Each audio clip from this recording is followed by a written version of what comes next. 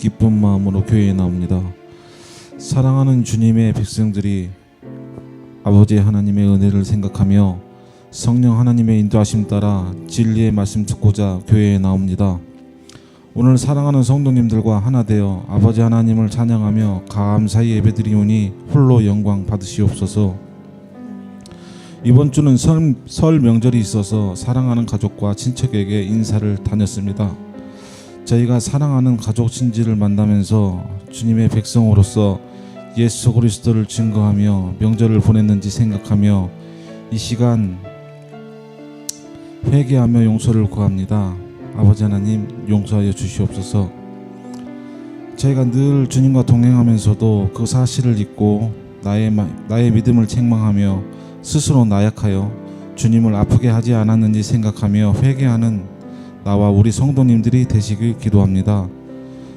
여호와를 사랑하는 자 곧 그 뜻대로 부르심을 입은 자들에게는 모든 것이 협력하여 선을 이루신다는 말씀처럼 우리가 하나님을 사랑하고 곧 또 그 뜻을 알고 성령 하나님의 인도함 따라 예수님을 증거하며 살 때 우리에게서 열매를 맺게 되고 그 모습이 아버지 하나님이 기뻐하시는 그리스도인의 모습인 줄 우리가 아나이다. 주님, 우리를 인도하여 주시사 믿음의 삶, 감사드리는 삶, 승리하는 삶을 살며 예수님의 일꾼으로서 작은 자리 큰 자리 가리지 않고 섬김으로 그리스도인의 삶을 살아갈 수 있도록 인도하여 주시옵소서. 사랑하는 저희 교회 빈자리를 보시고 아버지 하나님과 예수님의 창세전에 미리 예정하신 귀한 영혼을 보내주시어서 우리 성도님들이 섬김으로써 주님의 일을 할 수 있도록 많은 영혼을 보내주시어서 교회의 빈자리를 다 채울 수 있도록 저희를 써주시옵시고 올 한 해 새예루살렘 교회가 풍성히 열매 맺는 한 해가 되어지게 하여 주시옵소서. 오늘 또 진리의 말씀을 선포하시는 목사님 위에 함께하여 주시어서 목사님 말씀 가운데 아버지 하나님의 능력이 말씀 가운데 나타나시어서 믿음으로 성령 충만 받고 믿음으로 치유되며 믿음으로 상한 마음이 회복되어질 수 있도록 예배 가운데 하나님의 능력이 나타나게 하여 주시옵소서. 오늘 또 예배를 돕는 찬양단을 축복하시고 더 아름다운 찬양을 할 수 있도록 아버지 하나님 인도하여 주시옵소서. 또한 예배를 돕는 일꾼들을 기억하시고 축복하여 주시옵소서. 이 모든 기도 살아계신 주 우리 주 예수 그리스도의 이름으로 감사드리며 기도드렸사옵나이다. 아멘.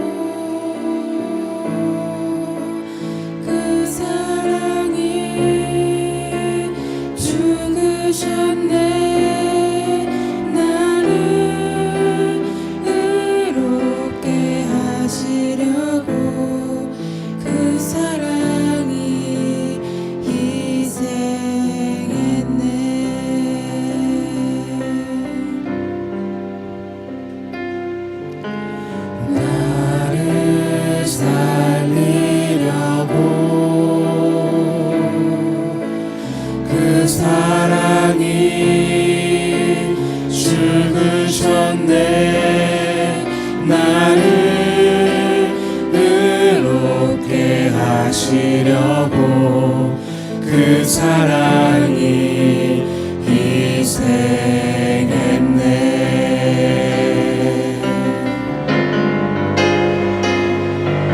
이것이 주님의 일, 이것이 주님 사랑,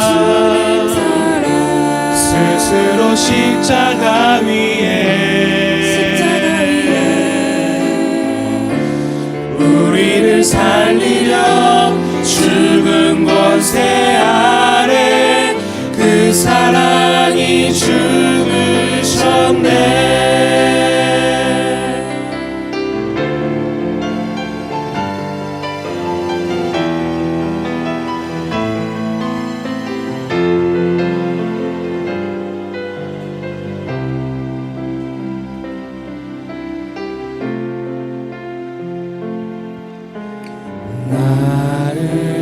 살리려고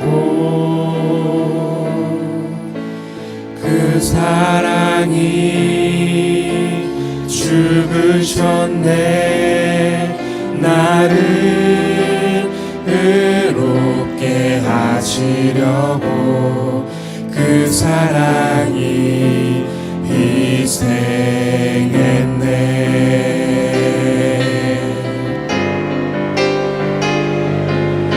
이것이 주님의 힘, 이것이 주님 사랑,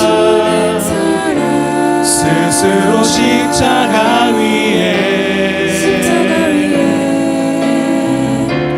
우리를 살리려 죽은 권세 아래 그 사랑이 죽으셨네.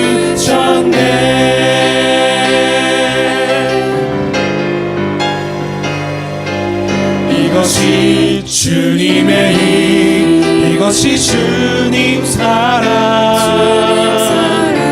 스스로 십자가 위에 우리를 살리려 죽은 권세 아래 그 사랑이 죽으셨네. 할렐루 할렐루 할렐루야 아멘. 할렐루 할렐루야 할렐루 할렐루야.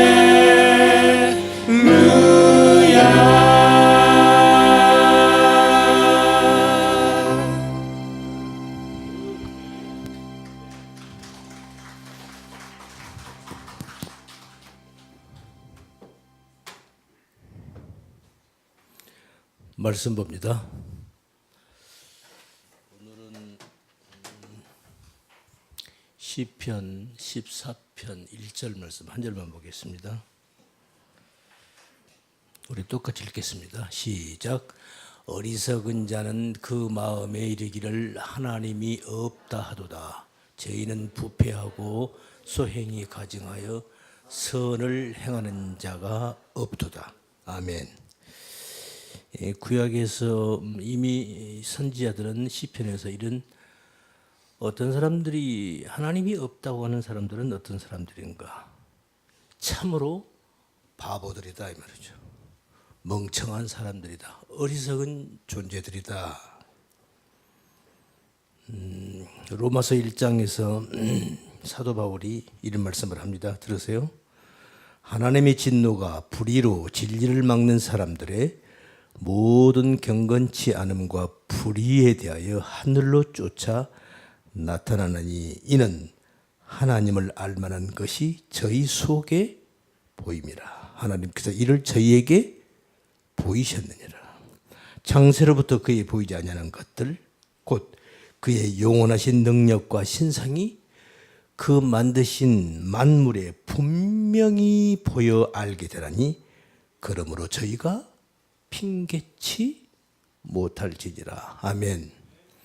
우리 인간은 하나님이 없다라고 핑계할 수 없다는 거예요.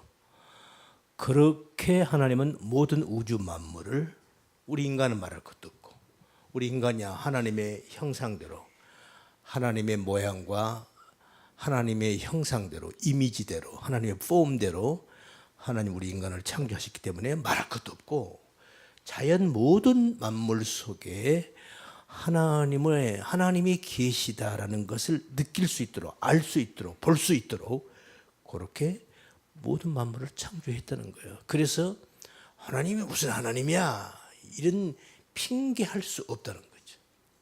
그런데도 우리 인간들은 무슨 개뿔 하나님 아니에요. 자기가 자기를 거부하고 있는 거고 자기가 자기 양심의 소리를 예면하고 있는 거예요. 뭐 때문에? 자기 욕심 때문에. 그게 우리 인간의 죄입니다.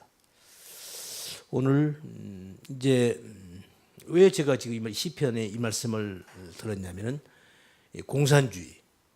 공산주의자들이 어떤 자들인가? 이 공산주의라고 하는 그 주의, 그 이념이죠. 이데올로기라고 그러죠. 그 공산주의라고 하는 그 이념이, 그 정신, 그 공산주의의 가장 기본 밑바닥의 철학, 기본적 사고가 무엇에부터 시작됐냐면은 신은 없다라고 하는 유물사관에서, 그러니까 무신론이죠. 유신론이 무신론이요. 거기서부터 시작을 한 거예요. 그렇게 해서 유물사관이 나왔고, 그렇게 해서 거기서 공산주의라는 정치적 어떤 체계가 나온 거예요. 그러니까 공산주의 하는 사람들은 하나님을 믿지 않아요. 신 자체가 있다고 인정을 하지 않는 거니까. 그래서 공산주의자들이 가장 싫어하는 게 뭐예요? 자유민주주의가 아니라 우리 자유민주주의 안에 들어있는 교회를 가장 싫어하는 겁니다. 아시겠습니까? 만약에 우리나라가 공산주의가 되면요, 가장 먼저 핍박을 받을 사람들이 우리 성도들인 거예요. 공산주의자들이 그걸 용인을 하지 않아요. 그냥 죽이는 겁니다. 아시겠죠? 교회 나가는 것들은 무조건 죽이는 거예요. 이유가 없어요. 참 놀랍게도 우리 역사를 보면은 일본이라는 나라가 우리 한국, 우리 대한제국을 침탈을 해서 이제 우리나라를 완전히 자기 속국으로 만들어 버리죠. 그리고 모든 것을 서서히 우리 한반도, 우리 대한민국 사람들을 한마디로 우민화 정책을 써가면서 자기 나라 사람들로 만들어가는 거예요. 나중에는 우리 언어도 빼앗아요. 말도 빼앗고 글도 빼앗고 다 빼앗아 한국말도 못 쓰게 만들려고 했던 거예요. 그래서 그들의 계획은 1910년에 한일 합방을 했지만 제가 잘 기억이 안 나는데 1900 몇 년까지는 우리 한국 사람들을 전부 한반도에서 저 만주소처럼 밀어낼 계획을 가지고 있었어요. 이미 우리 조선 사람들을, 우리 사람들을 다 한반도에서 저 만주나 저 중국이나 소련 쪽으로 밀어낼 계획을 다 세워놓고 있었다고요. 그런데 하나님의 도우심으로 일본이 미국이 어떤 나라예요? 청교도들이 세운 국가입니다. 청교도가 어떤 사람들입니까? 유럽이 이미 다 예수 믿는 나라가 됐죠. 그런데 예수 믿는데 시원찮게 믿어. 이거 아니야. 이렇게 믿으면 안 돼. 라고 하는 소수의 깨끗하게 믿어보자고 하는 아주 청결한 기독교인들이 무리가 운동이 일어났어요. 그들을 우리가 역사적으로 청교도들이라고 그래요. 그들이 대서양을 건너서 아메리카 자기 고국을 버립니다. 도저히 너들하고 함께 하나님이 예수님을 찾긴 찾는데 이거 엉망진창이라. 그렇게 예수 믿는 거 아니야. 그렇게 신앙생활 하는 거. 그렇게 할 수 없어. 우리는 그렇게 안 믿을 거야. 라고 하는 정말 독실한 믿음을, 복음을 쫓아서 신앙생활을 하겠다고 하는 소수의 무리가 운동이 일어났어요. 이걸 역사적으로 청교도 운동이라고 그래요. 그들이 미국에 건너간 겁니다. 개나리 보따리 짊어지고. 그 청교도 정신에 의해서 미국이 건국이 됐어요. 할렐루야. 미국이라는 나라가 그런 나라예요.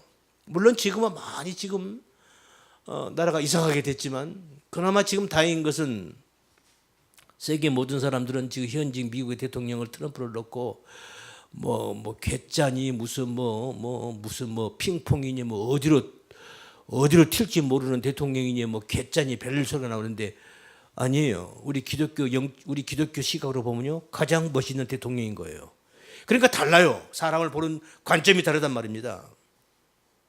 이분은 완전히 기독교 정신을 가지고 지금 대통령이 된 사람이요. 앞전 오바마 이런 사람들은 달라요. 오바마는 이 사람은 기독교인이 아니었어요. 이 사람은 뭐예요? 그 사람 속내가 드러났죠. 이 사람은 뭐예요? 이슬람이에요. 그런데 일반적으로 대중적으로 얼마나 사람들에게 좋은 정책을 써요. 그게 속임수인 거예요. 응? 이 공산주의자들이 어떻게 속임수를 잘 쓰는지요. 속임수를 아주 들으면 그럴듯해요. 거기에 다 넘어가는 거예요. 다 넘어가요. 그래서 늘 말씀해 드렸듯이 그래서 2차 대전이 끝나고 말이야 신생 독립국가가 149기 태어나는데 거기가 다 공산화가 되는 거예요. 다 공산화되는 거예요. 유일하게 공산주의를 반대했던 유일한 나라 하나. 그게 우리 대한민국 남한입니다. 할렐루야. 그런 거예요. 149개 신생 독립국가가 태어났는데 그들은 우리나라보다 다 잘 살아요. 잘 살았어요. 우리나라가 최저 빈국이었다고요. 139위. 그것도 5년 만에 6.25 터지니까 완전히 불바다가 돼버려요. 깡통도 쉽게 말하면 거지가 깡통 하나 들고 바가지 하나 들고 밥 벌어 먹는데 밥 얻어 먹는데 그 바가지까지 깨져버렸어요. 이게 140위로 떨어지는 거예요. 매일 꼴찌가 된 거예요. 6.25가 터졌을 때요. 그런 우리나라가 그들은 공산주의 해가지고 몇십 년 지났는데 지금도 나중에 다 이제 민주주의 국가로 다 이제 돌아오죠. 예? 헝가리, 루마니아, 불가리아, 유고슬라비아, 뭐 우즈베키스탄, 뭐 키르기스탄, 뭐 카자흐스탄 다 돌아오잖아요. 다 돌아오잖아요. 예? 그들 우리가 훨씬 잘 살았거든요. 그들이 이제서 돌아왔어요. 지금 사는 꼴이 우리보다 가장 최저 빈국인 우리 대한민국은 세계에서 10번째, 11번째 경제 대국을 이뤘어요. 할렐루야. 그런 거예요. 그런 거예요. 오늘 이 시간에는 지난주의 말씀을 이어서 한미동맹을 얘기하기 전에 한미동맹이 어떻게 이승만의 그 업적을 지난 시간에 말씀드렸어요. 하나 뭐죠? 토지분배. 두 번째가 교육혁명. 그러면 세 번째가 한미동맹이에요. 교육혁명 중에 하나를 더 꼽는다면은 우리 전 국민을 문명과 태춘족을 시킨 거고요. 거기서 또 놀라운 것은 지도자 양성을 했다는 거야. 이거 이승만 혼자 힘입니다. 다른 사람이 할 수도 없었고 할 능력도 없고요. 할 생각도 못해요. 근데 이승만 혼자 하는 거예요. 말씀드렸어요. 오해하지 마세요. 제가 이승만 두둔하는 거 아닙니다. 그 사람의 잘못이 있어요. 제가 말씀드리고 싶은 것은 하나님이 이승만이라고 한 존재를, 한 인간을 하나님이 선택해서 그 사람을 통해서 우리 이 대한민국, 오늘날 이 땅에 이 남쪽에 우리 교회를 세우려고 하나님이 어떻게 역사하셨고 그분이 어떻게 손길을 펼치셔서 그분이 일을 하셨는가 하나님의 손길을 얘기하고 싶은 거예요. 저는요. 근데 그 얘기를 하려다 보면 이승만을 얘기를 안 할 수가 없어요. 왜? 그분이 하나님께 붙들렸거든요. 아멘. 붙들린 거예요. 붙들려서 하나님의 인도 역사심 따라서 그분이 일을 하는 거예요. 하는 거예요. 그래서 이제 오늘은 한미동맹입니다. 한미동맹. 지난 시간에 말씀 이어서 한미동맹에 대해서 한미동맹을 얘기를 하려고 보니까 또 그 안에 한미동맹이 어떻게 이루어지는가. 역사는 하루아침에 이루어지지 않습니다. 한미동맹이 체결되기까지 기가 막힌 한 40년의 놀라운 40년 동안의 놀라운 역사가 있었어요. 그에 대한 결과물입니다. 오늘 그 설명을 좀 할게요.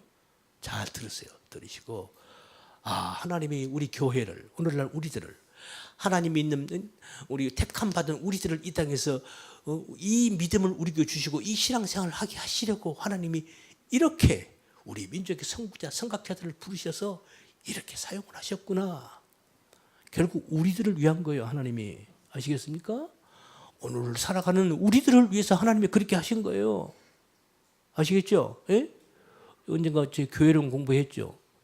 교회에서 말이죠. 목회자 이렇게 장로 이렇게 교회 직분자가 좀 이렇게 직분자들 누구를 위해 있는 거예요? 일반 성도들을 위해서 있는 거예요. 아시겠습니까?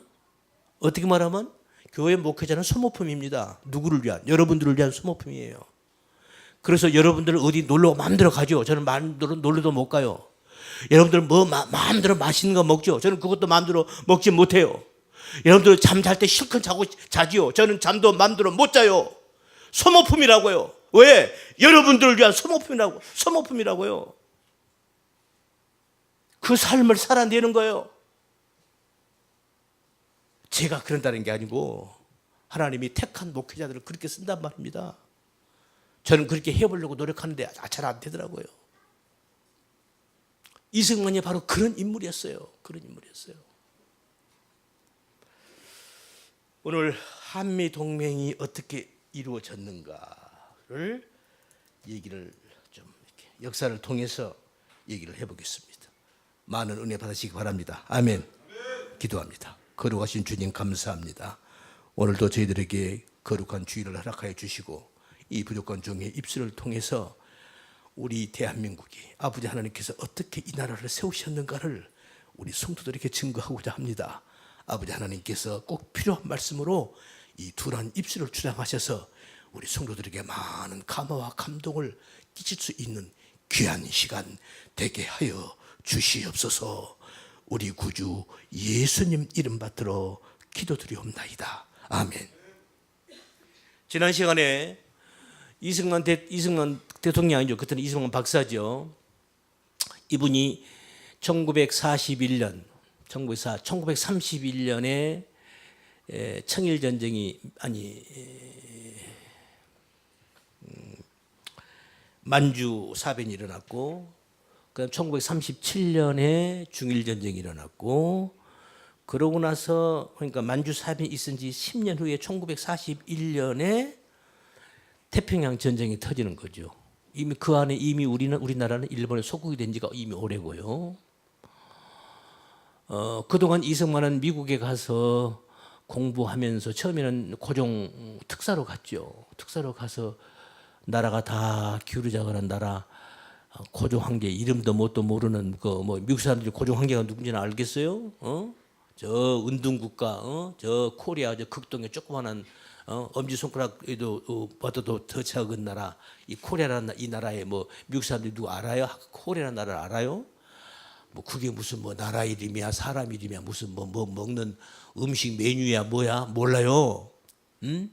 그 고종 황제, 우리끼리나 고종 황제지. 그 편지 한 장 달랑 그거 하나 들고 가서 미국 대통령한테 가서 우리나라 좀 어떻게 살려주세요. 그게 되겠냐고요. 만나지도 못해요. 안 되는 거예요. 그래서 이승만이 미국 특사로 갔지만 거기서 공부를 해요. 그렇게 해서 이승만이 그 미국 생활을 하면서 계속 이승만은 미국인들에게 뭘 얘기를 하냐면은, 미국인들 들으시오. 언젠가 일본이 당신 나라 미국을 칩니다. 그러니 일본 믿지 마시오. 이 얘기를 해온 거예요. 이 얘기를 40년간 해왔어요.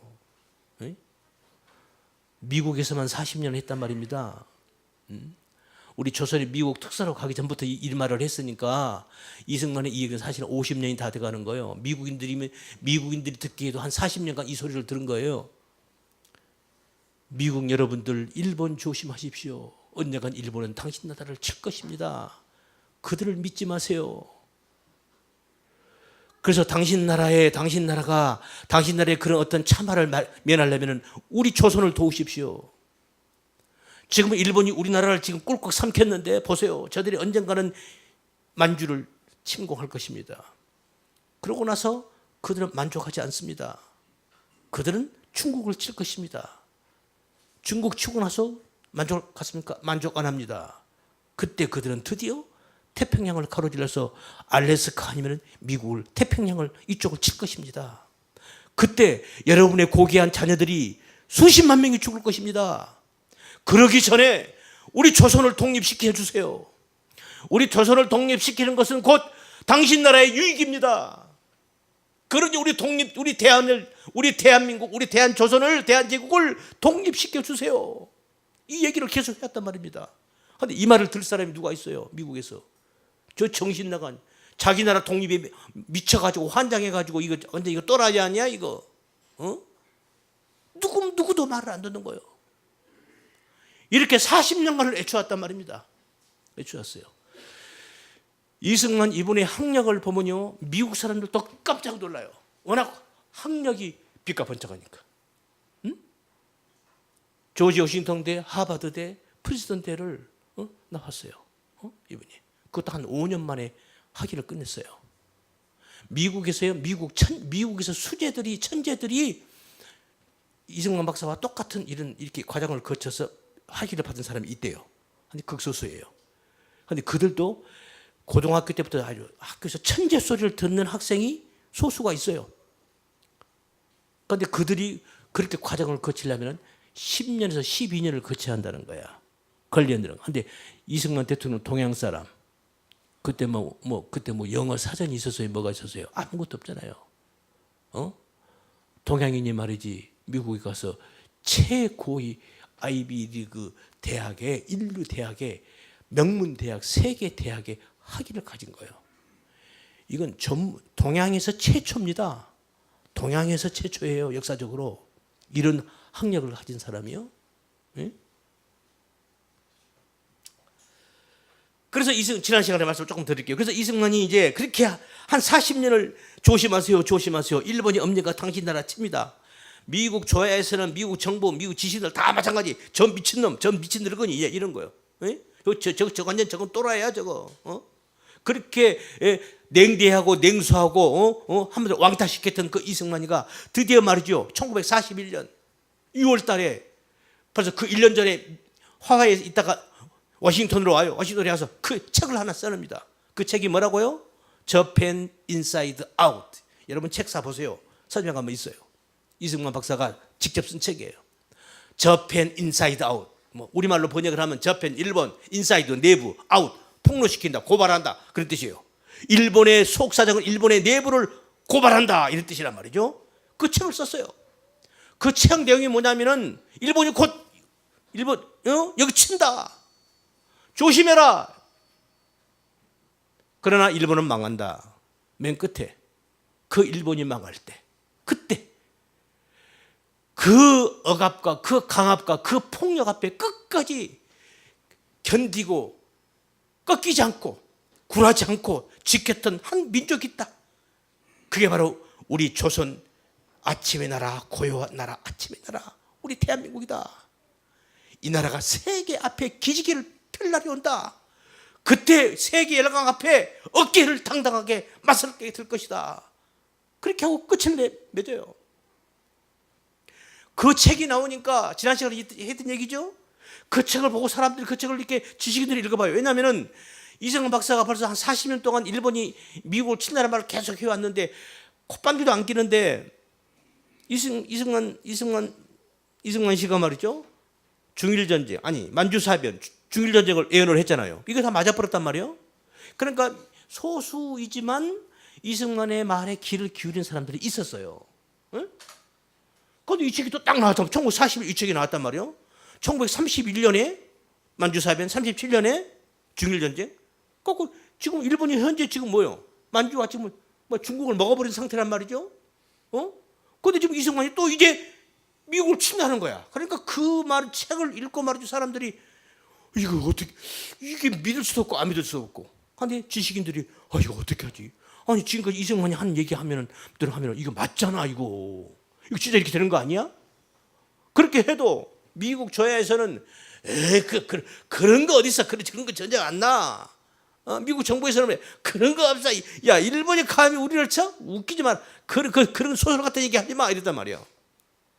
요 책이 나오고 6개월 만에 일본이 전함 6대 가만히 몰고 와가지고 비행기 450대 싣고 와가지고 진주만을 때려버린 거예요. 그날 지난 시간에 제가 2,000명 얘기했죠? 아니요. 제가 잘못 얘기했어요. 미 해군 정예부대 5,000명이 넘게 죽어요. 그날 하루에. 결국 이 전쟁으로요. 미국 젊은이들이 30만 명이 넘게 죽습니다. 어때요? 이승만 말이 틀려서야 맞았어요. 맞아버렸잖아요. 이것 때문에 미국에서 특히 국부에서 불만의 소리가 터져나오기 시작했어요. 이게 뭐야? 이승만이가 그렇게 일본이 전쟁 쳐들어온다 하도 미국 정부에서는 그런 거 없어 하더니 뭐야 이거 전쟁 터졌잖아 이거.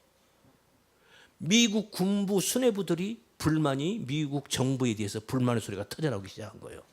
그럴 거 아니에요. 전쟁 나면 누가 전쟁에 나가야 돼요? 국무부원들이 나가요? 군인들이 나가요? 군인들이 나가잖아요. 그러니까 군인들이 더 화가 난 거죠. 이거 뭐야 이거? 이승만 말이 맞잖아 이거. 도대체 이거 우리 정부 이거 뭐 대통령 국무위원들 이거 무슨 국회의원들 이거 이 사람들 말 못 믿겠네 이거. 불만의 소리가 터져나오기 시작했어요.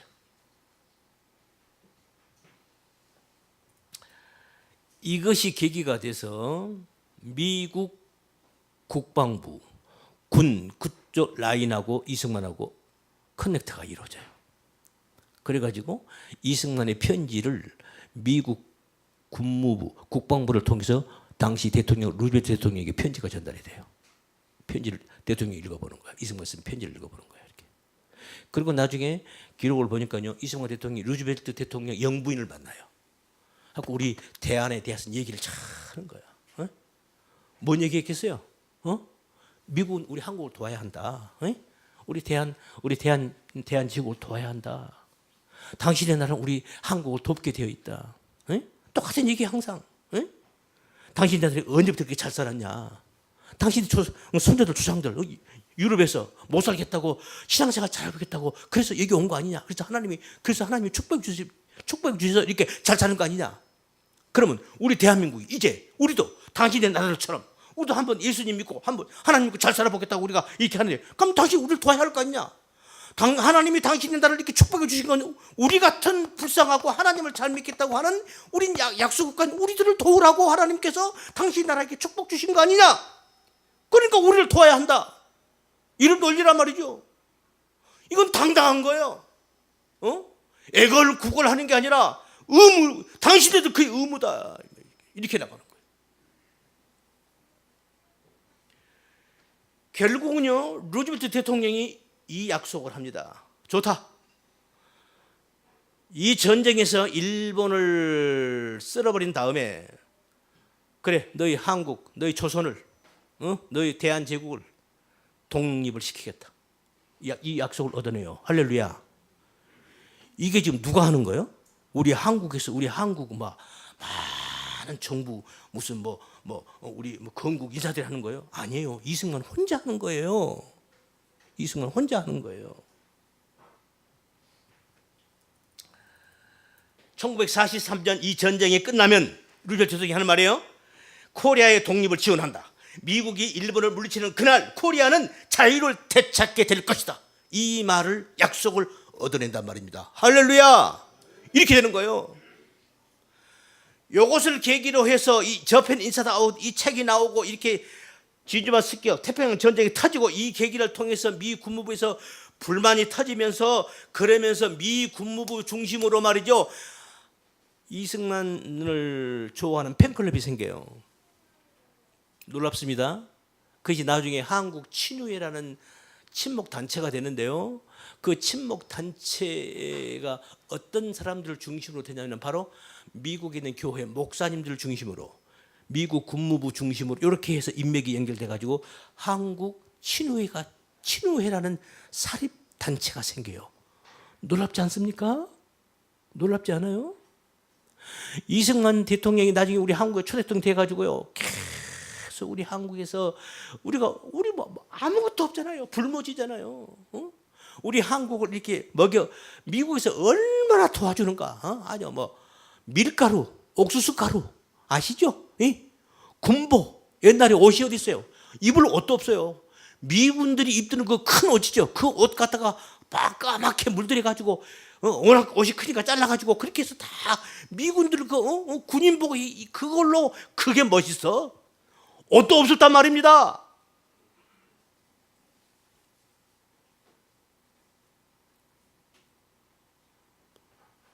요새도 그 식당 가면은 그 메뉴 있죠. 무슨 메뉴? 그 미군들이 그 짬밥 그 남은 거 그거 갖다가 짬밥 부대찌개 먹을 것도 없었어요. 우리 그거 먹고 살아야만 했어요. 그런 시대란 말입니다. 그 모든 미국도 온조를 받아내는 그 라인이 바로 이 한국 친우회라는 이 조직을 통해서 온조를 얻어내요. 그걸 연락하면 거기서 그래 하고 그 사람들이 이 사람들 누가 하면 대학교 교수들, 총장, 의사, 변호사, 국회의원들 이런 사람들이에요. 왜? 이 박사가 이 사람이 박사잖아요. 그래서 이 한국 친회를 중심으로 해서 한국에 많은 지원을 받아내요. 이 한국 친회가 조직이 돼가지고 그런데 이것이 중요한 것은 미국 교회 목회자 중심으로 이 친회가 한국 친회가 조직이 됐다는 거. 아멘. 그럼 결국 지금 누가 하는 거예요? 누가 하는 거예요? 하나님이 하시는 거예요. 저는 그걸 보는 거예요. 그래요. 우리가 이런 기독교적인 것을 빼면은 누가 하는 거예요? 이승만이 하는 거고, 그렇죠? 우리가 영적으로 보면 누가 하는 거예요? 하나님이 하시는 거예요. 이승만이 미국에 있을 때요, 아직 진주만 습격이 진주만 우리나라 아직 해방도 되기 전이에요. 지금 거기서 이제 그렇게 이제 막 치료회가 생기고 막 이러면서 이제 막 인맥이 생기고 이러면서 이제 막 활동을 그 전부터 활동을 계속 해왔어요. 이승만 박사는 해왔었는데 하루는 말이에요. 그 한국 치료회 회장이라는 사람이 나 그분 이름은 몰라요. 그분이 한 번은 이 사람이 한국 치료회 회장이야. 단체 회장이야. 미국 사람이죠. 이 사람 한 번 이승만 박사 닥터리 어쩌냐고 그러니까는 내가 당신한테 소개할 사람이 있어요. 한 사람을 소개를 딱 시켜주는 거야. 보니까 군인이야. 현역 군인이야. 장교야. 그 친위 회장이 이승만한테 그런 거야. 내 사위예요. 응? 내 딸이 결혼했는데 내 사위라고. 인사 좀 해, 자네. 인사를 더. 보니까 이승만 박사 보니까 이 장교인데 똘똘하게 생긴 거야. 이승만이 이게 이 인물을 이 사람을 잘 사귀어내면 나중에 우리나라에 언젠가는 우리나라에 큰 도움이 되겠다라는 번개 같은 생각이 스쳐 지나가는 거예요. 아멘. 그 군인하고 긴밀한 관계를 맺습니다. 철저한 관계를 맺어요. 프란체스코 여사가요, 이승만 대통령 부인이잖아요. 이분이 그런 말을 했대요. 응? 그 장교가 한번 이승만 자기 집에 오면은 자기가 배가 아플 정도래. 그렇게 왜 배가 아프냐면 아니 우리 남편이 저 군인하고 동성연애 하는 거 아니야? 이렇게 오해할 정도로 그 군인 장교가 오면 이승만이 그렇게 알뜰살뜰하게 둘이 그냥 얘기하는데 꼭 이렇게 팔짱을 낀대. 이 박사가 팔짱을 낀대요. 팔짱을 딱 끼고 막 기다 대고 그것도 큰 기다 대고 얘기하면 또 그 군인은 듣고 있고 그러니까 그 이승만 박사 프란체스 여사가 우리 남편 동성연애 하는 거 아니야? 일을 이렇게 오해를 불러일으킬 정도로 살갑게 대해주는 거야 이승만 박사가. 서로 뭔가가 통했겠죠. 생일이다가 막 어김없이 생일 선물을 보내고 생일 선물을 준비하고 뭐 크리스마스 때다가 뭐 크리스마스 카드를 보내고 막 그래가지고 그 사람하고 그렇게 돈독한 어떤 우정을 다져오는 거예요. 이분이 누군지 아십니까? 이분이 나중에 유엔군 6.25가 터졌을 때 유엔군 총사령관, 미국 미 극동군 사령관, 태평양 사령관, 일본을 저기 했을 때 일본의 주둔군 사령관 메가돈수입니다. 더글러스 메가더예요. 이분하고 벌써 이렇게 이승만과 만남이 있었어요. 이게 이승만과의 40년간의 우정이 지속됩니다. 할렐루야. 그렇게 해서 어떻게 가깝게 지내는지 이 놀라운 것은요. 이승만하고 나중에 이제 역사 책을 쭉 보니까 이승만하고 더글러스 메가더하고 공통 분모가 있어요. 이 공통 분모가 너무 많은 거야. 공통 분모가. 이승만이 누구예요? 이승만이 천재예요. 아이비 리그, 조지 워싱턴, 허버드, 프린스턴 대학 박사학위요. 박사학위를 국제법 전시 중립론이라는 논문을 써서 박사학위를 받았는데요. 이승만이가 논문을 낸 것이 얼마나 논문이 기가 막혔던지 교수들이 딱 보니까 아니 논문 제목은 정시 중립 국제법에 관한 전시 중립론에 대한 것인데 논문 내용을 보니까 이건 미국의 역사를 기가 막히게 수술한 거야. 그러니까 역사 교수가 아니 이 논문은 역사학 박사 학위를 줘도 손색이 없다. 이렇게 된 거예요. 아셨죠? 그 다음에 정치학 교수 보니까 이야 역사를 설명하면서 국제관계 정치 이런 미국의 그동안의 정치를 어떻게 하는가 정치적인 것을 쫙 서술을 했는데 이건 정치학 박사를 줘도 아무 손색이 없겠다. 정치학 교수가 보니까. 그런데 이 논문의 제목이 뭐예요? 국제법에 관한 정시 중립론이요. 전시 중립이라는 게 뭐냐면요. 보세요. 이 나라와 이 나라가 싸워요. 둘이 전쟁이 터졌어. 응? 이 나라와 두 나라가 전쟁이 터졌어. 그러면 두 나라가 전쟁 중인데 또 나라 하나가 있어. 그런데 평소에 이 나라가 자급자족 식량이 좀 부족해. 그러니까 이 나라에서 이 나라하고 무역 거래를 열심히 해가지고 이 먹거리, 이 음식은 주로 식량은 이 나라에서 많이 수입을 해간 나라 이 나라가. 그런데 지금 이 나라하고 전쟁이 되어서 나하고는 우리 이 나라하고는 상관이 없죠. 그럴 때 이 나라를 전쟁하니까 이 나라를 그냥 단번에 무릎을 꿇릴 수 있는 방법이 뭐예요? 이 나라가 우리한테 오는 거야. 여보시오, 당신네 나라 이쪽에다가 식량 무역하지 마시오, 장사하지 마시오, 이런 거야. 에? 그렇게 해버리면 이 나라는 손쉽게 여기서 이 나라를 제압할 수 있겠죠. 이럴 때 제3국인 이 나라는 어떤 태도를 취해야 되느냐 이거야. 이럴 때 제3국은 자유롭게 무역을 할 수 있어야 한다라는 것을 미국의 역사와 그동안의 미국 건국 주역들이 쭉 몇백 년 동안의 그 미국 정치인들이 어떤 정책을 써왔는가를 그것을 설명을 하면서 전시 중립론이라는 논문을 쓴 거예요. 그러니까 교수들이 보니까 이건 미국 역사로 봐도 이건 역사 차원에서 박사 학위를 줘도 아무 손색이 없고, 정치 쪽에서 봐도 아무 손색이 없고, 그리고 좀 이 논문 자체가 국제법이니까 국제법학 쪽에서 박사를 도 아무 손색이 없는 거야. 그래서 대학교 교수들이 의논을 합니다. 프린스턴 대에서 의논을 해요. 하고 이승만에게 논문 하나 냈는데 정치학 박사, 역사학 박사, 국제법 박사가 되는 거예요. 공동 학위 박사를 학위를 받아요. 할렐루야. 이게 미국 역사상 지금까지 전무후무하대요. 이승만 박사밖에 이런 사람이 없다는 거야. 그래서 지금도 프린스턴 대학교를 가면은 그 학교에 가서 이런 글귀가 써 있대요. 우리의 학교가 배출한 최고의 천재, the first president of Korea, Dr. 승만이, 이 글귀가 써져 있다는 거야. 우리 프린스턴 대학이 배출한 수많은 인물 가운데 가장 최고의 천재, 미국의 한국의 첫 번째 대통령 이승만이다. 이런 사람이 있어요. 이렇게 똑똑하고 천재죠. 그러니까 천재예요. 그런데 메가더 원수, 이 더글라스 메가더, 이 메가더 장군이요, 이 사람이 어떤 인물? 이 사람이 미국 에스트 포인트 육군사관학교를 수석으로 입학해서 수석으로 졸업을 했대요. 이 사람도 천재야. 이 사람이 미국 역사상, 미국 군대 역사상 최연소 에스트 포인트 학교장을 했고, 최연소 미국 육군 참모총장을 지낸 분이야. 이 메가더 원수가. 이런 공통점이 있어요. 천재예요, 한마디로. 이 메가더 원수의 아버지도요, 장군이었어요. 장군이에요. 이쪽 필리핀 요쪽에, 태평양 요쪽에, 태평양 함대 소속의 필리핀 주둔군 사령관이었더라고요.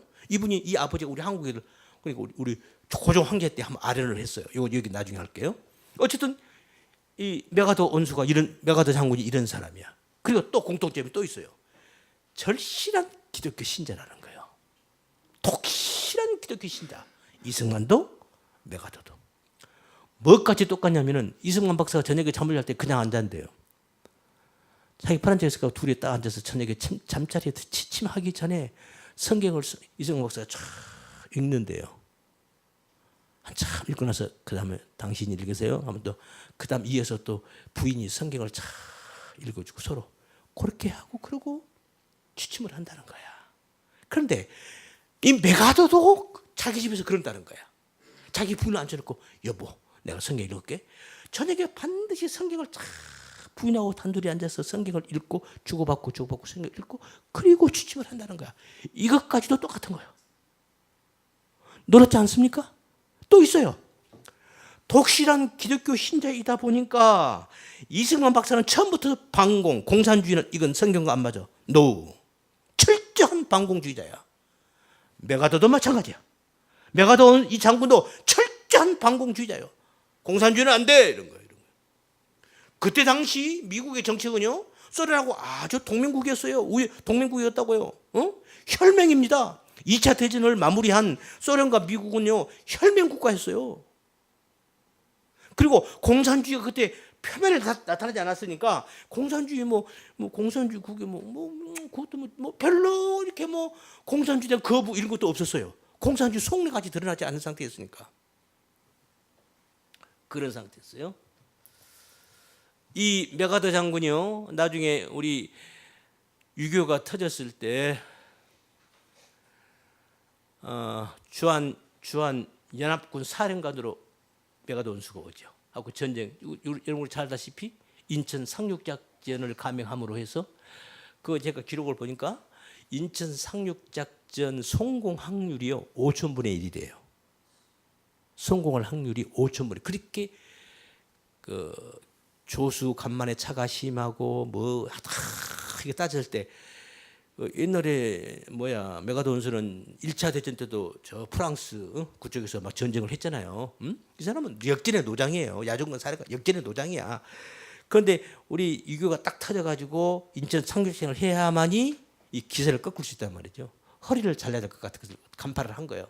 그래서 인천 상륙작전을 감행을 하는데 확률은 5,000분의 1, 500분의 1도 아니에요. 5,000분의 1이에요. 그렇게 확률이 낮은 건데 그걸 감행을 해가지고 결국은 상륙을 하잖아요. 그렇게 인천 상륙작전을 감행함으로 해서 그게 성공함으로 해서 그 지금 낙동강까지 지금 밀려있던 그 전세, 낙동강만 무너지면 우리나라 끝난 거예요. 낙동강 무너지면 이제 지금 부산 하나 달랑 남은 거예요. 그럼 끝나는 거예요, 우리나라. 그런데 유엔 연합사령관 메가더 원수가 직접 지휘하면서 인천 상륙작전에 성공함으로 해서 삽시간에 북한군의 전력이 삽시간에 그냥 허리가 끊어진 거죠.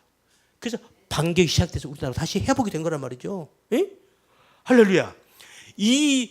그래가지고 나중에 우리가 메가더 원수를 우리가 잘 생각해야 합니다. 메가더 장군이 나중에 1951년에 지금 한창 전쟁 중이잖아요. 1950년 6월 25일 전쟁이 터져가지고 1953년 7월 달에 7월 며칠이죠? 7월 달에 제가 기억이 안 나네. 7월 달에 7월 며칠 만에 7월 며칠 날 휴전 협정이 돼요. 아시죠? 근데 1951년에 해임돼요.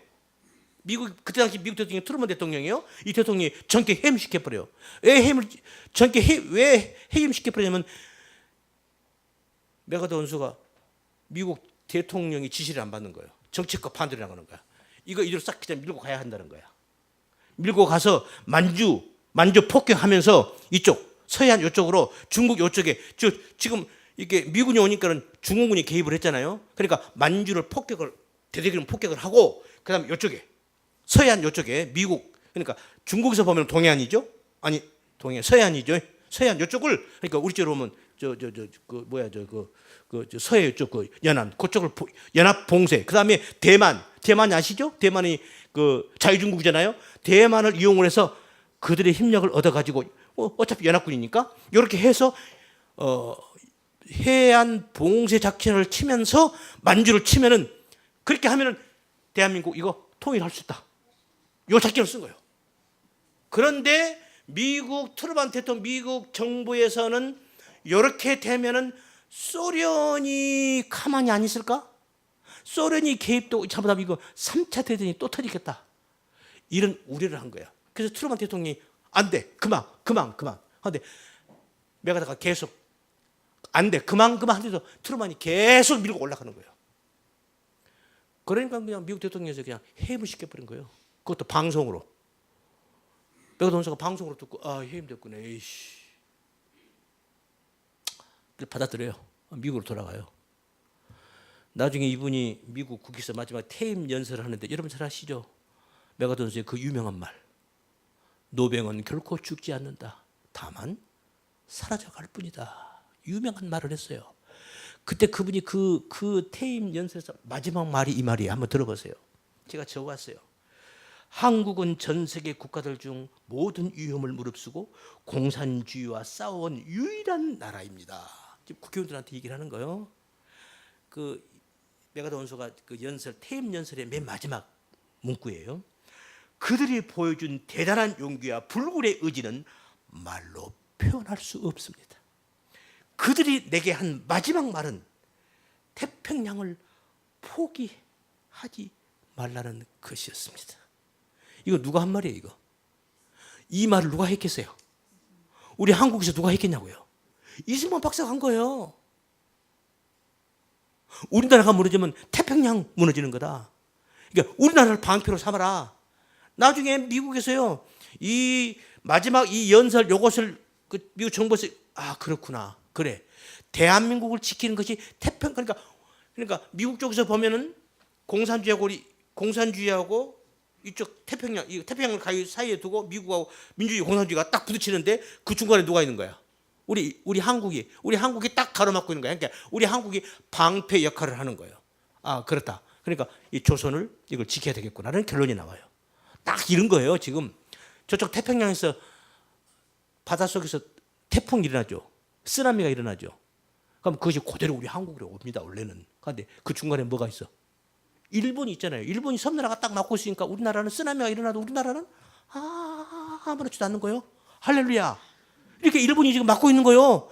마치 그거 같은 논리란 말이죠. 공산주의 그 쓰나미를 우리 한국이 지금 딱 막고 있는 거예요. 그러니까 미국이 태평양을 마음 놓고 지킬 수 있단 말입니다.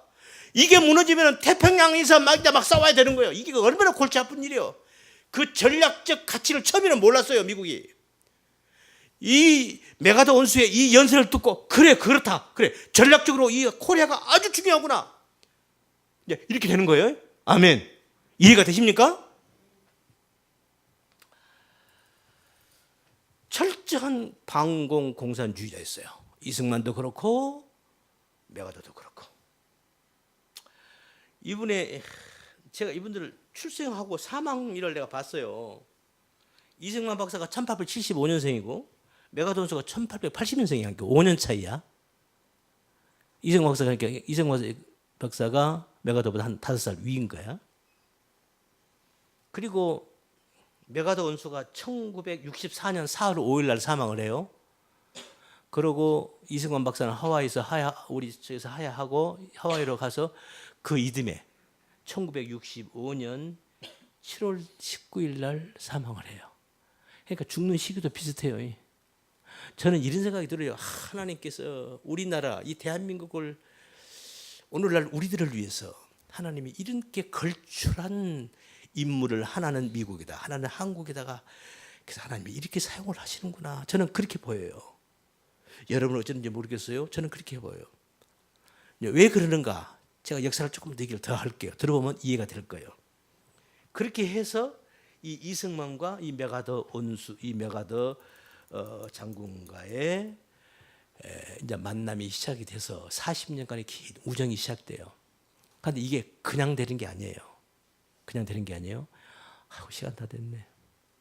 내가 하려고 한 얘기 지금 조금 한 절반 조금 더 했는데 오늘 조금 하나 더 할게요. 이승만 박사가 어떻게 메가더 원수에게 정성을 쏟는가? 아까 얘기했죠? 자기 집이 미국 살 때 자기 집에 오면은 프란체스카 여사가 동성애리 하는 거 아니야 이거? 이렇게 의심할 정도로 살갑게 대해줬던 그 이승만 박사가 이제 한국이 대통령이 됐잖아요. 1945년 8월 해방이 되고 그다음에 48년 재헌국회 5월달에 하고 8월달에 초대통령으로 선출돼가지고 대통령이 됐잖아요. 그런데 벌써 45년, 48년 그 사이에 얼마나 지금 우리나라가 시끄러워요. 그때가 지금 미군정 치하거든요. 미군이 군인들이 우리나라를 지금 임시로 다스리고 있어요. 그러니까 미군정 치하예요. 역사적으로. 그런데 왜 그 상황이 시끄러웠냐면 우리나라 내부에서 이미 북한은 공산정권이 이미 김일성 중심으로 공산정권이 이미 들어섰어요. 38선 이남 남쪽에는 막 무슨 당 공산당도 하나둘이 아니야. 계파가 다르니까. 소련의 지지를 받는 공산당, 우리 민족적 자생교를 비련한 공산당, 사회주의 공산당, 막 공산당 막 이런 정당들이 막 50몇 개가 돼. 그러니 거기서 그러니까 전부 공산주의가 이론이 너무 좋으니까 전부 공산당 당이야. 민주당은 이승만 중심으로 딱 하나예요. 하나란 말이에요. 그러니까 이승만 박사는 이거 공산당은 절대로 안 돼. 이분은 뭐 처음부터 생각을 20대부터 했던 사람이니까 이건 안 되는 거다.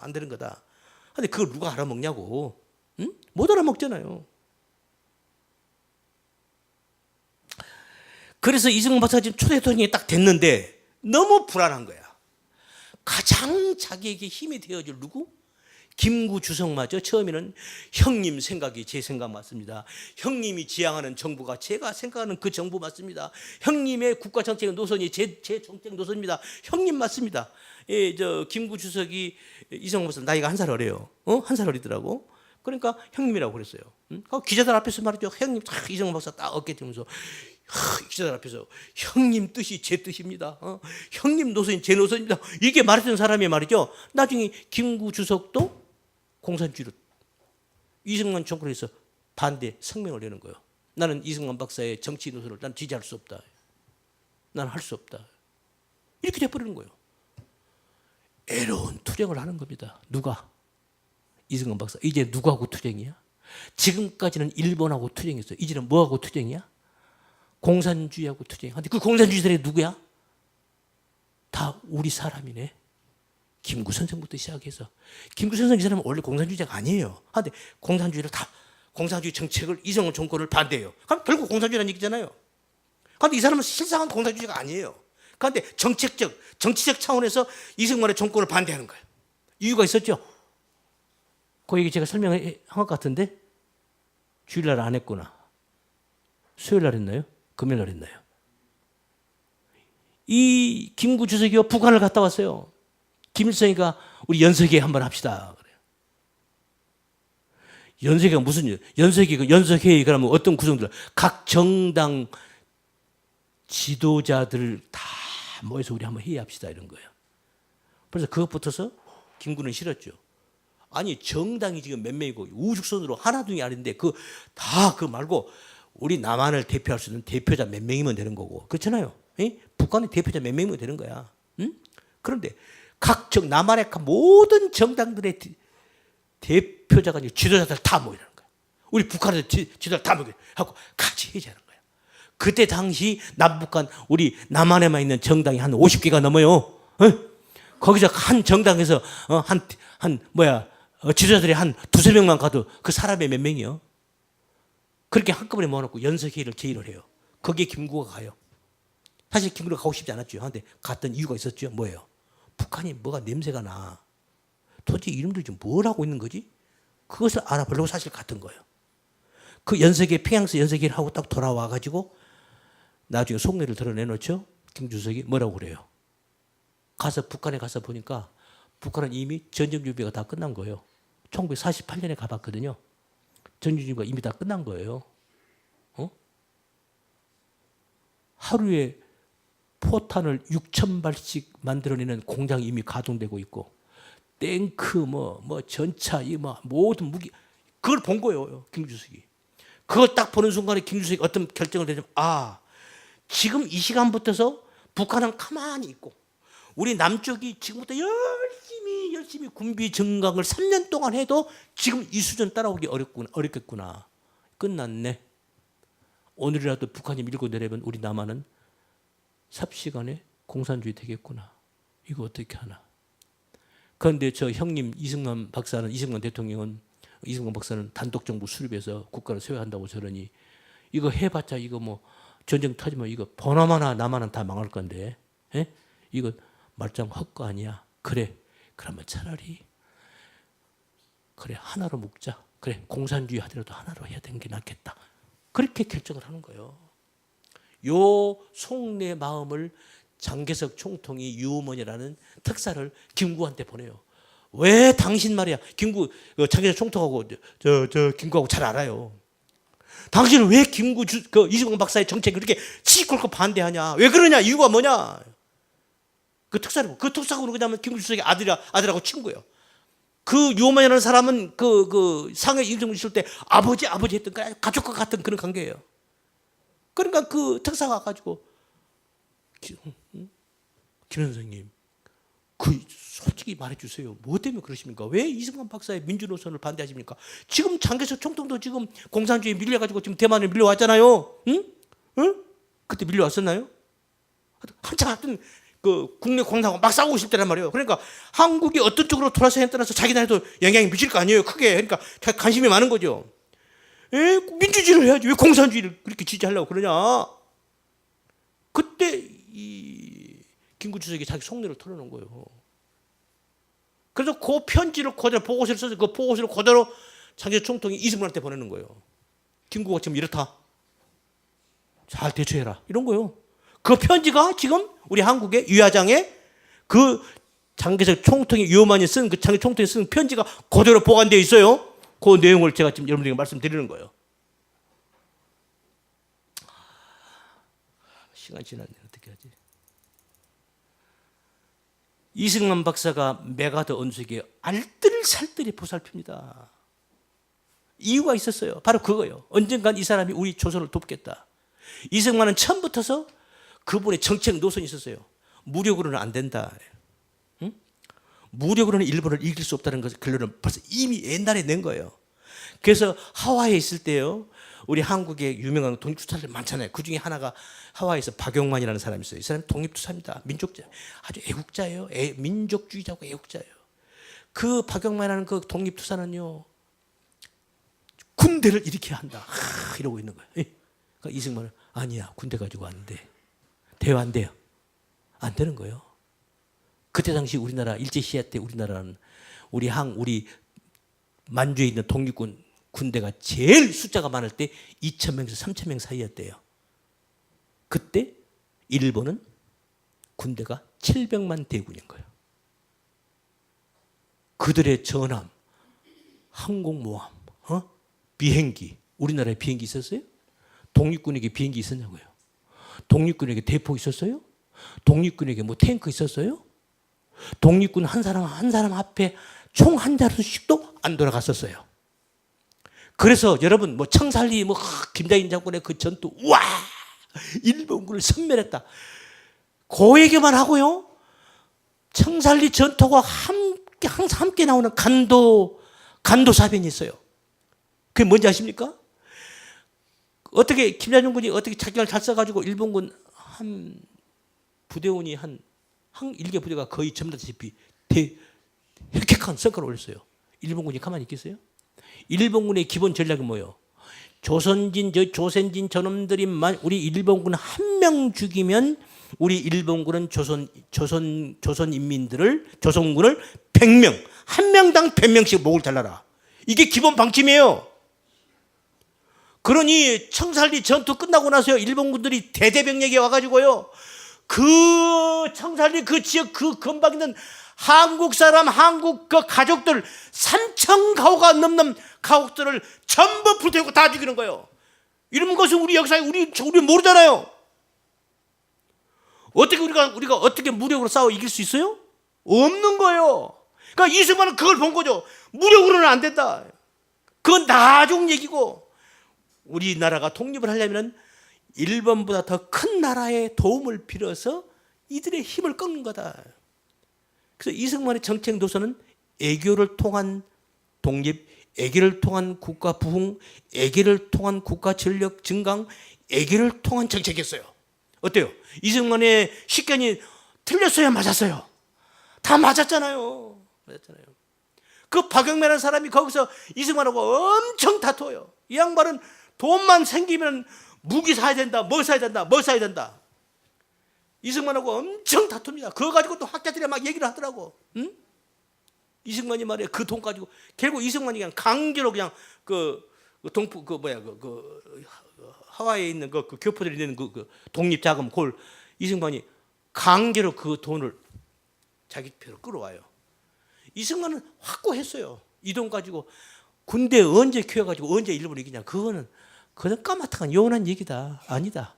지금 당장 필요한 것은 우리 국민들 교육시키고 미몽에서 깨어나게 하고, 그리고 애교를 통해서 인맥을 쌓고 그들의 힘을 빌 수 있는 그런 길을 타야 한다. 그러니까 정책이 방법이 전혀 다른 거예요.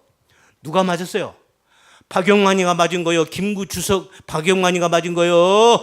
이승만 생각이 맞은 거예요? 이승만 생각이 맞았잖아요. 시간 넘었네요.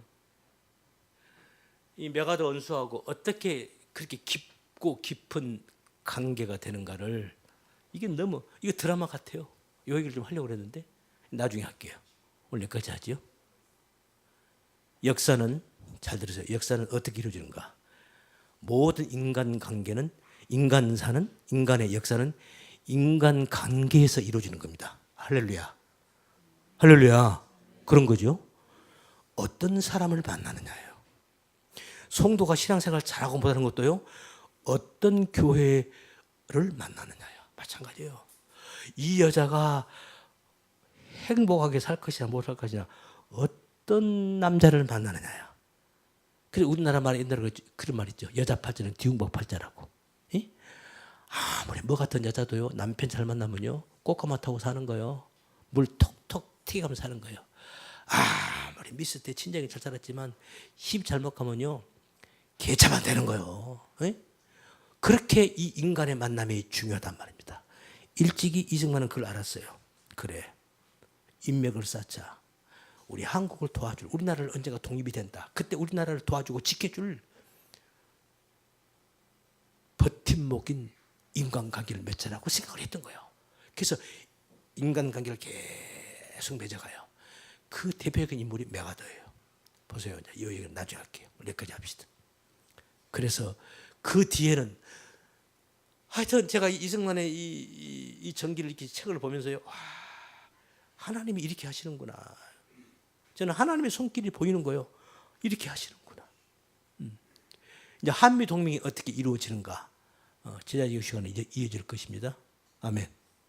여기까지 기도합니다. 주님 감사합니다. 오늘도 저희들에게 귀한 시간 주시고, 아버지 하나님의 말씀 속에 우리 아버지 하나님의 이 나라 이 민족을 위한 아버지 하나님 그 섭리 속에 오늘을 있게 하신 주님을 찬양합니다.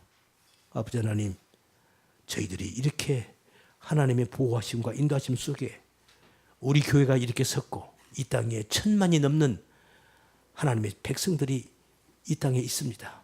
아버지 하나님, 이들이 당신께서 세우신 당신의 백성들이 오니 이들에게 눈을 열게 하시고 귀를 열게 하셔서 하나님의 손길을 더 자세히 보게 하시고 알게 하시고 깨닫게 하셔서 이 나라 삼천리 금수강산을 하나님이 기뻐하시는 나라로 세워가는데 거룩한 우리 성도들의 삶이 될 수 있도록 은혜를 베풀어 주옵소서.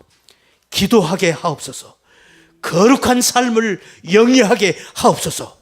그리하시면 하나님께서 일하시고 역사하심을 저희들이 성경을 통해서 익히 배웠습니다.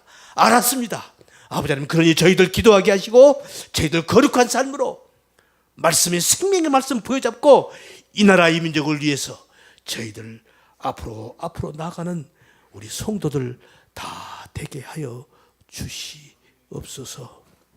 우리 구주 예수님 이름 받들어 간절히 기도드리옵나이다. 아멘.